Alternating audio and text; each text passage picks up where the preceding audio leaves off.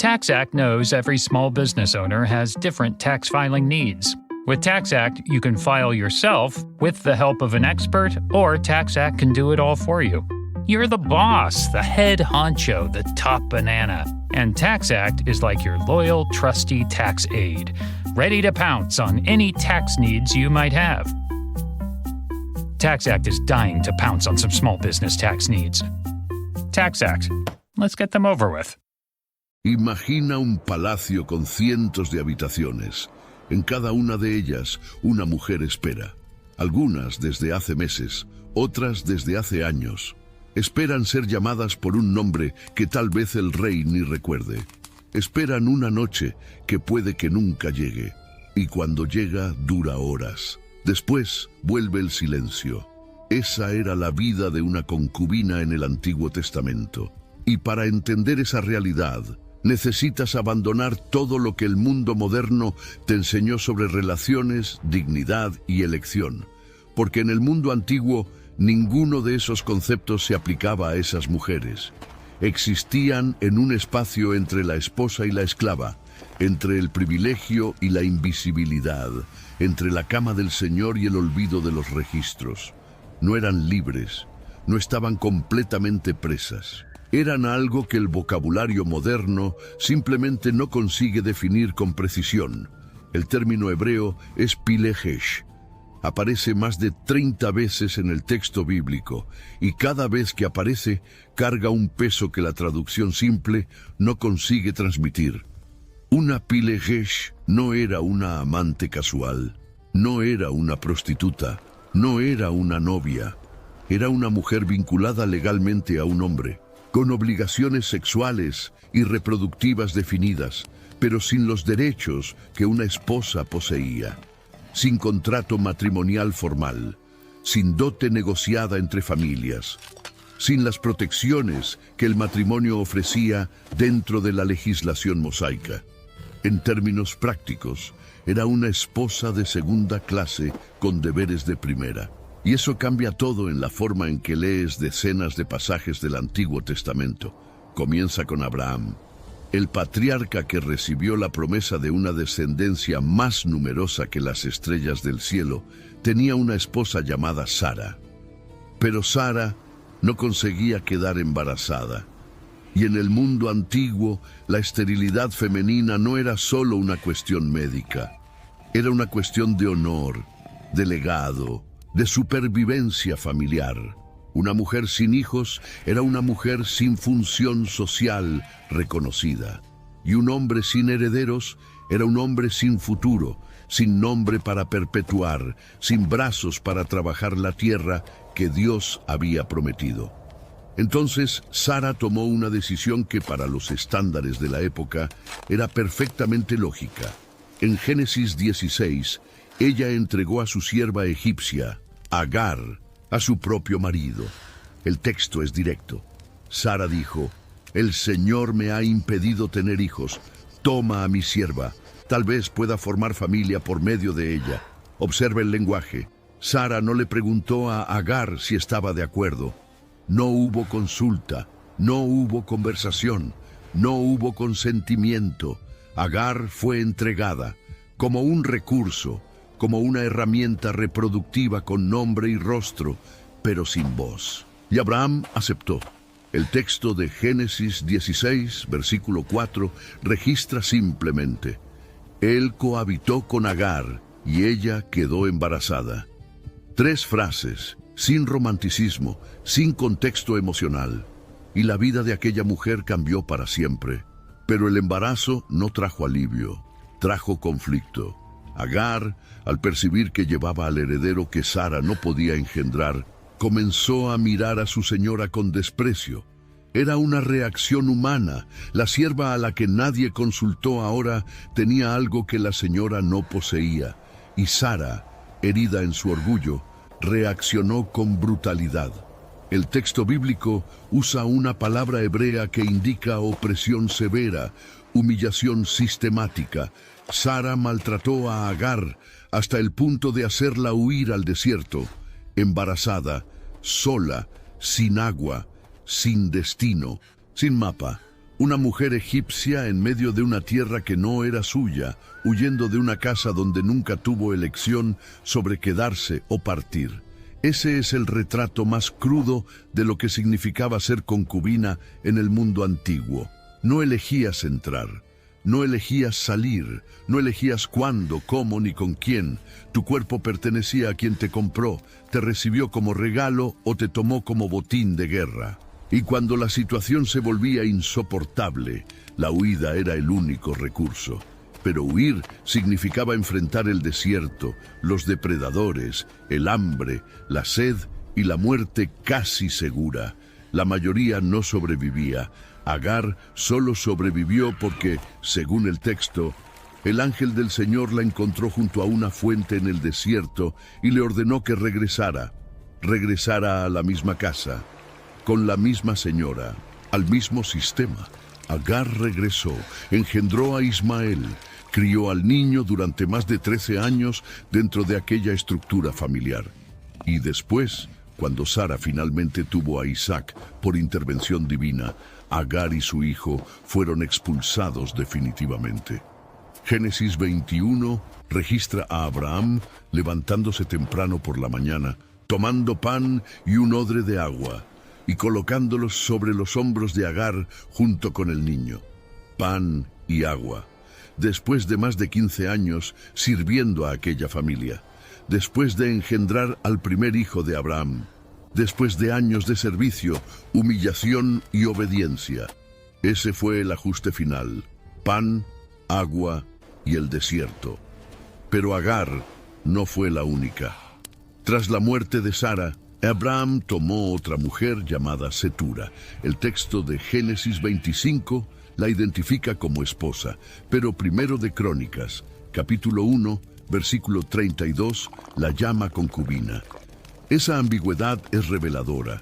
Muestra que la frontera entre esposa y concubina era fluida, negociable, y dependía más del contexto social y de la conveniencia del momento que de una definición jurídica rígida. Setura engendró 6 hijos para Abraham.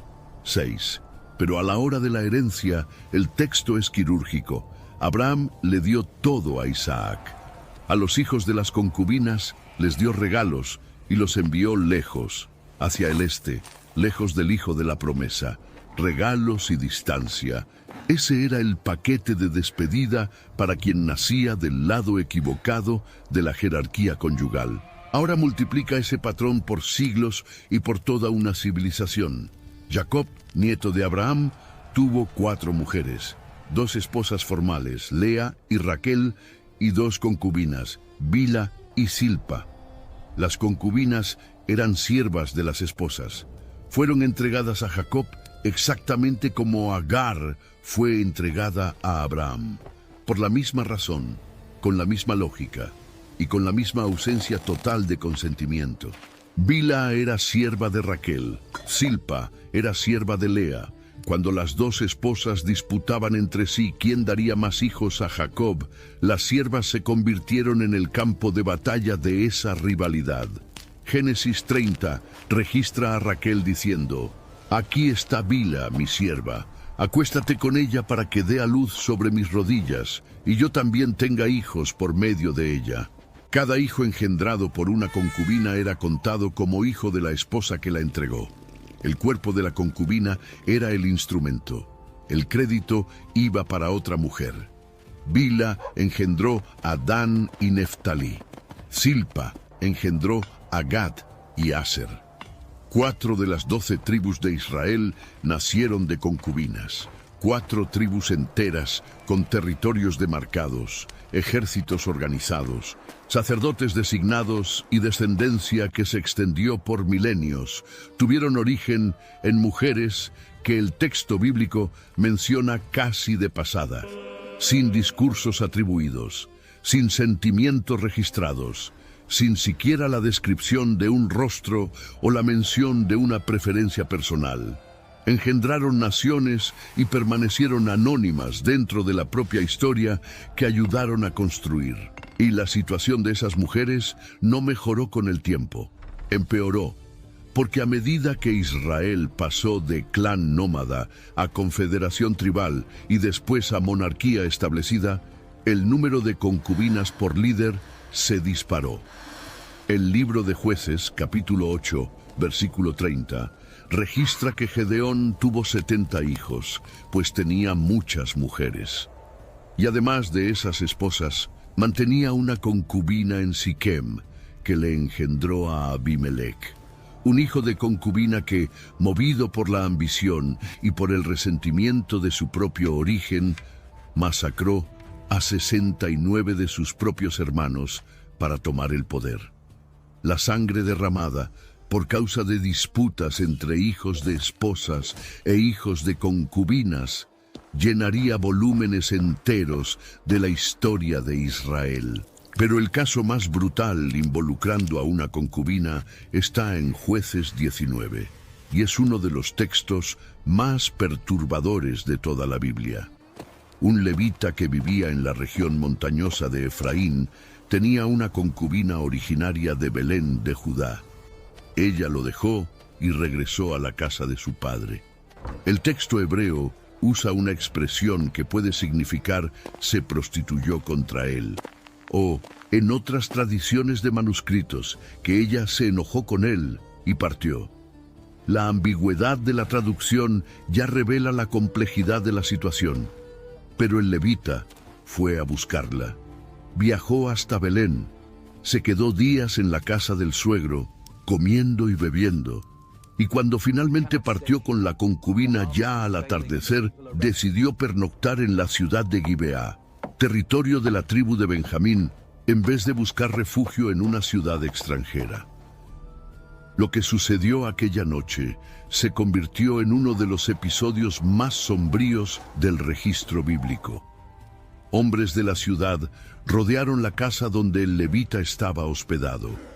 Exigieron que el anfitrión entregara al visitante para abusar de él. El anfitrión, un anciano de la ciudad, se negó a entregar al levita, pero ofreció dos alternativas: su propia hija virgen y la concubina del levita. El texto de Jueces 19, versículo 25, registra el desenlace. Entonces el hombre tomó a su concubina y la entregó a ellos. La entregó. La mujer fue violada durante toda la noche por aquel grupo de hombres. El texto no escatima en la descripción de la duración, desde el anochecer hasta el amanecer. Cuando el día aclaró, ella se arrastró hasta la puerta de la casa donde el levita dormía tranquilamente y cayó allí con las manos extendidas sobre el umbral. El levita abrió la puerta por la mañana, vio a la mujer caída en el suelo y dijo 5 palabras que revelan toda la deshumanización del sistema: levántate y vámonos. Ella no respondió. Estaba muerta. Y la reacción del levita no fue duelo, no fue horror, no fue culpa, fue cálculo político. Colocó el cuerpo sobre el burro, lo llevó a casa, tomó un cuchillo y cortó el cadáver en 12 pedazos. Envió un pedazo a cada tribu de Israel como protesta, como convocatoria de guerra, como panfleto sangriento. El cuerpo mutilado de una concubina sin nombre se convirtió en correo militar. Ese episodio desencadenó una guerra civil que casi exterminó a la tribu de Benjamín por completo. En las batallas descritas en Jueces 20, murieron más de 65,000 combatientes entre ambos bandos. Ciudades enteras fueron incendiadas, familias enteras fueron diezmadas. Y todo comenzó con el cuerpo de una mujer que su propio compañero entregó para ser violada porque no quiso arriesgar su propia integridad física. En ningún momento del relato alguien pregunta su nombre. El texto la identifica únicamente como la concubina del levita. Nació sin nombre en los registros, vivió sin nombre en los registros, murió sin nombre en los registros. Y su cuerpo fue usado como instrumento político incluso después de la muerte. Esa es la dimensión de lo que significaba ocupar esa posición en la jerarquía social del antiguo Israel. La concubina no era dueña de su propio cuerpo en vida, y ni en la muerte tenía autonomía. Con la llegada de la monarquía, el sistema no solo continuó, se institucionalizó, ganó estructura administrativa, logística y protocolar. Saúl, el primer rey de Israel, tuvo al menos una concubina registrada en los textos, Rispa, hija de Ayá, y cuando Saúl murió en batalla en el monte Gilboa, la posesión de Rispa se convirtió automáticamente en una disputa política. En 2 de Samuel, capítulo 3, Isboset, hijo sobreviviente de Saúl, acusó a Abner, el poderoso comandante del ejército, de haberse acostado con Rispa. La acusación no era sobre moralidad ni celos, era sobre poder puro. En el mundo antiguo del Oriente Medio, tomar a la concubina de un rey muerto era un acto formal de reivindicación al trono. Acostarse con la mujer del rey equivalía simbólicamente a sentarse en el trono del rey. El cuerpo de la concubina era territorio político. Quien lo controlase demostraba legitimidad ante el pueblo. Esa misma lógica aparece de forma aún más explícita con David. Cuando Absalón, el propio hijo de David, se rebeló contra su padre y tomó Jerusalén en una de las más dramáticas revueltas de la historia israelita, el consejero Ahitofel dio un consejo estratégico brutal, registrado en 2 de Samuel 16, versículo 21.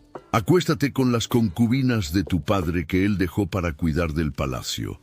Así todo Israel oirá que te has hecho odioso a tu padre, y las manos de los que están contigo se fortalecerán. El acto fue deliberadamente público. Absalón mandó armar una tienda en la terraza del Palacio Real, a la vista de toda la ciudad, y se acostó con las 10 concubinas que David había dejado atrás. 10 mujeres, usadas como declaración pública de guerra contra el propio padre del agresor.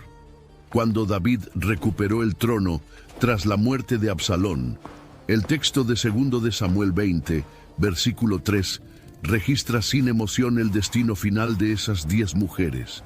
David las recogió y las colocó en una casa bajo vigilancia permanente, proporcionó sustento material, pero nunca más se acostó con ninguna de ellas. Vivieron el resto de sus días como viudas de marido vivo, encerradas, sustentadas y absolutamente olvidadas hasta el día de su muerte.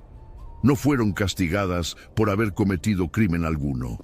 Fueron castigadas por haber sido usadas por otro hombre, contaminadas a los ojos del sistema, descartadas con la misma eficiencia burocrática con la que habían sido adquiridas años antes. Y David, con toda la complejidad de su historia, no era una excepción en la escala del sistema.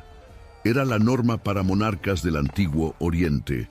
El texto de 2 de Samuel 5, versículo 13, registra que David tomó más concubinas y esposas cuando se estableció en Jerusalén. No especifica cuántas, solo registra que fueron muchas. Y su hijo Salomón elevó el sistema a una escala que desafía la comprensión moderna. 1 de Reyes, capítulo 11, versículo 3, registra los números: 700 esposas de linaje real y 300 concubinas. 300 concubinas en un solo palacio. Dimensiona lo que eso representaba en la práctica cotidiana. 300 mujeres necesitaban aposentos individuales o compartidos, alimentación diaria, vestimentas adecuadas al estándar real, siervas personales para cada grupo, cuidados médicos especializados para gestaciones y partos, y vigilancia constante para evitar contactos no autorizados. El harén de Salomón no era un espacio íntimo. Era una operación administrativa de gran escala que rivalizaba en complejidad con la gestión de una ciudad de tamaño medio.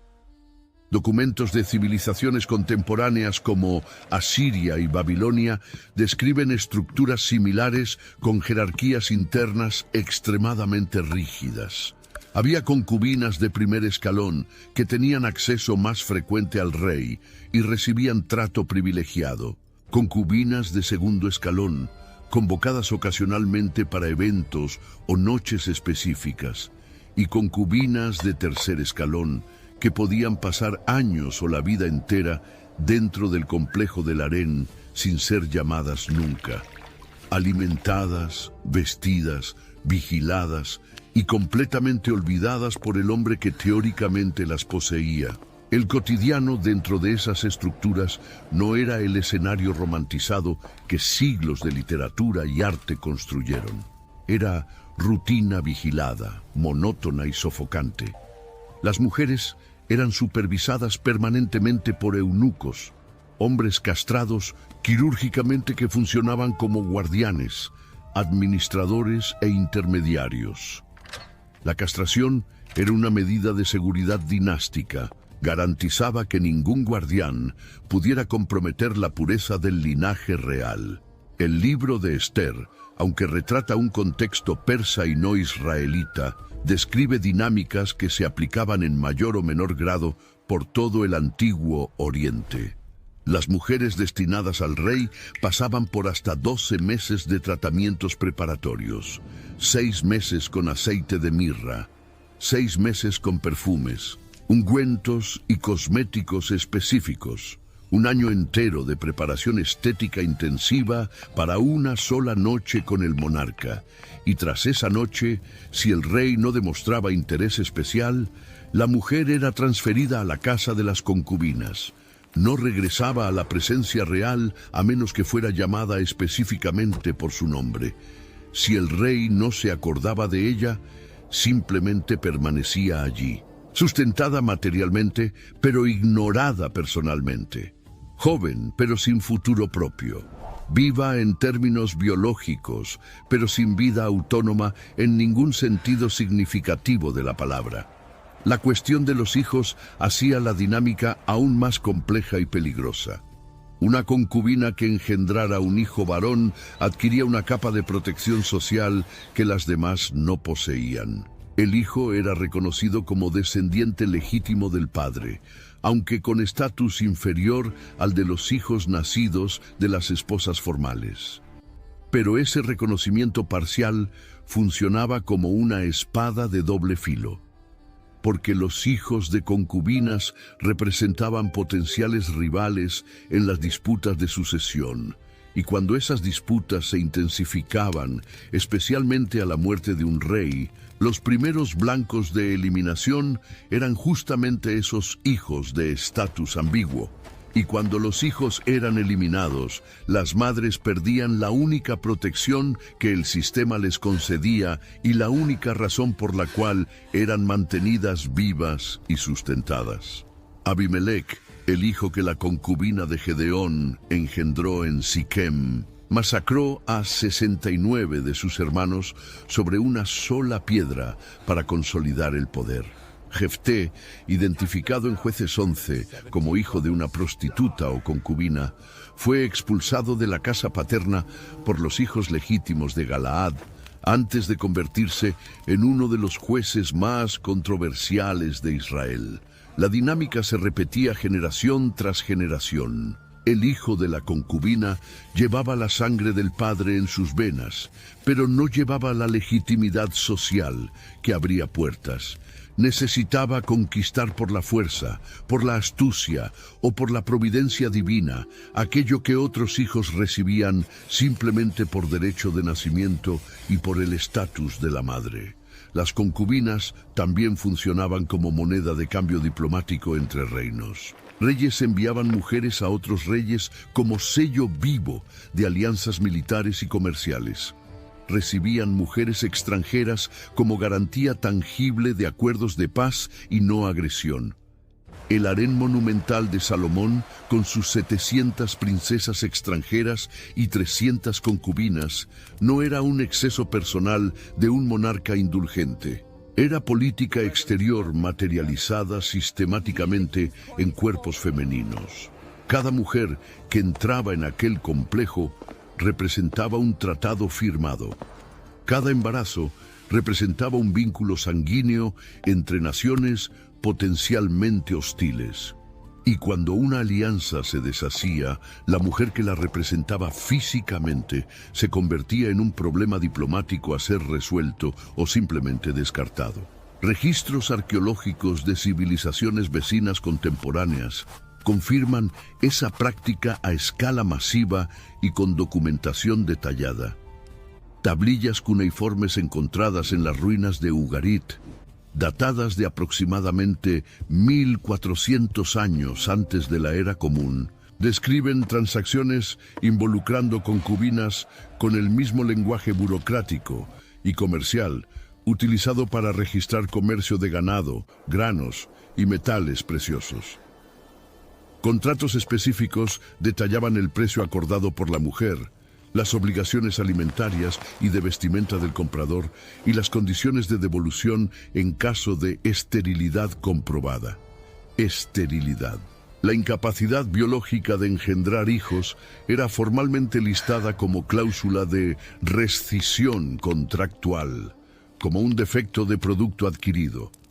Pero, ¿cómo era posible que un sistema así se mantuviera funcionando por siglos dentro de una cultura que afirmaba servir a un Dios justo?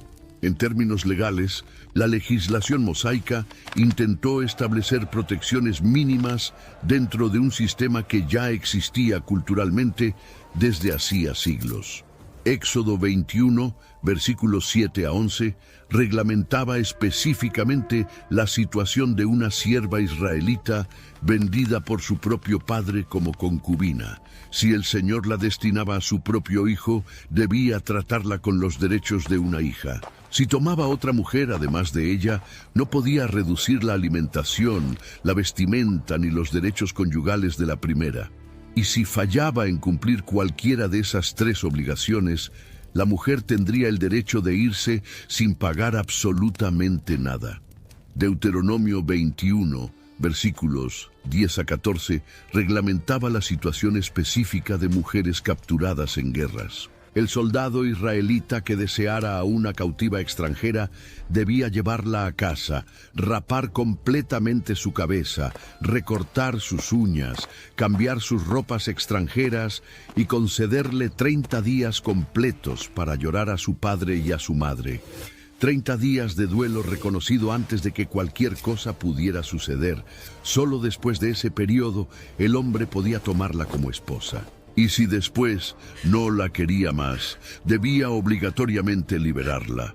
No podía venderla como esclava ni tratarla como mercancía, porque ya la había humillado, conforme la expresión del propio texto. Esas leyes, por más insuficientes que parezcan según los estándares contemporáneos, representaban un intento sin precedentes en la región de humanizar un sistema que en las civilizaciones vecinas funcionaba sin restricción alguna. En Asiria, un propietario podía matar a su concubina sin enfrentar ninguna consecuencia legal documentada. En Babilonia, los hijos de concubinas solo eran reconocidos como parte de la familia si el padre hacía una declaración formal pública y específica ante testigos. El código mosaico, dentro de su contexto histórico particular, ofrecía protecciones concretas que ningún otro sistema jurídico de la región preveía, pero protección no es libertad, reglamentación no es igualdad, y humanizar un sistema brutal no lo transforma en justo. Lo que impresiona en los textos bíblicos es que, a pesar de registrar el sistema sin condenarlo con declaraciones explícitas, la narrativa jamás romantiza la condición de esas mujeres. Agar sufre, y el texto registra que Dios la ve y la oye en el desierto. Bilha y Silpa son usadas como instrumentos reproductivos, y sus hijos cargan permanentemente las marcas sociales del origen. La concubina del levita en Jueces 19 es brutalizada hasta la muerte, y el texto registra cada detalle de la violencia sin ahorrarle al lector ningún horror. Las 10 concubinas de David son usadas como arma de guerra política y después encerradas hasta morir en aislamiento. El registro bíblico es consistentemente crudo, factual y sin ningún filtro embellecedor. Los profetas posteriores de Israel pasaron a usar la imagen del concubinato y de la infidelidad conyugal como metáfora poderosa para describir la relación rota entre Dios y el pueblo. Oseas recibió la orden divina de tomar a una mujer adúltera como esposa, dramatizando en su propia vida cómo Israel se había vuelto infiel al Dios que lo rescató de Egipto.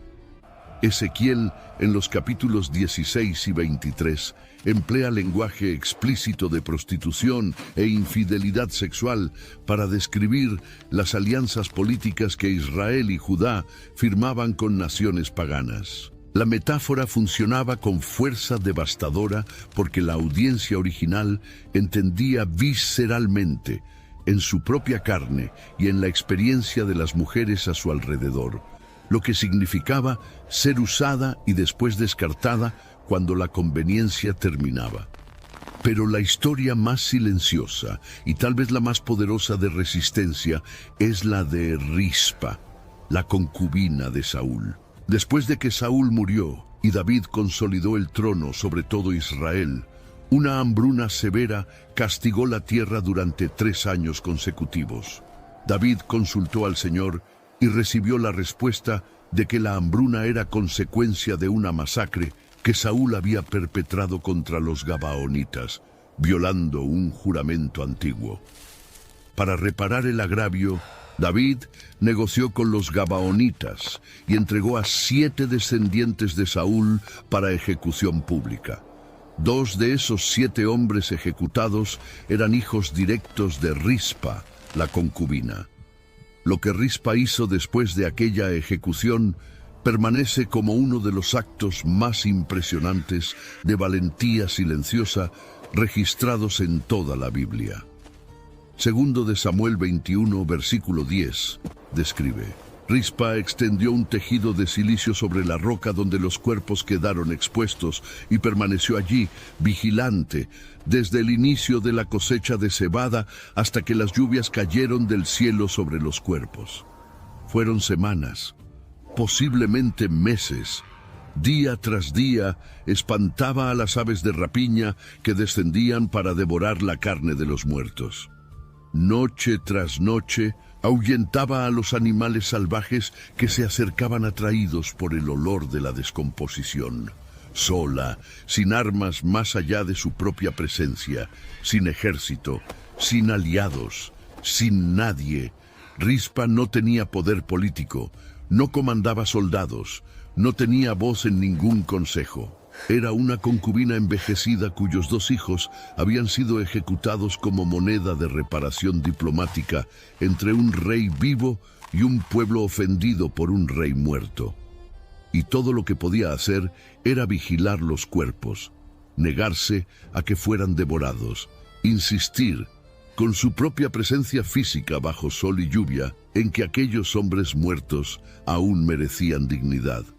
Y esa vigilia silenciosa, sostenida por una mujer que el sistema entero había descartado, fue tan poderosa que la noticia llegó a los oídos del rey David. Y David, conmovido por el acto de aquella concubina solitaria, finalmente ordenó que los restos mortales de Saúl y de Jonatán fueran rescatados de Jabes de Galaad y sepultados dignamente en la tierra de Benjamín, junto con los 7 ejecutados. Una concubina, sin nada más que su propia presencia obstinada y su negativa a abandonar a sus muertos, obligó a un rey a actuar con dignidad.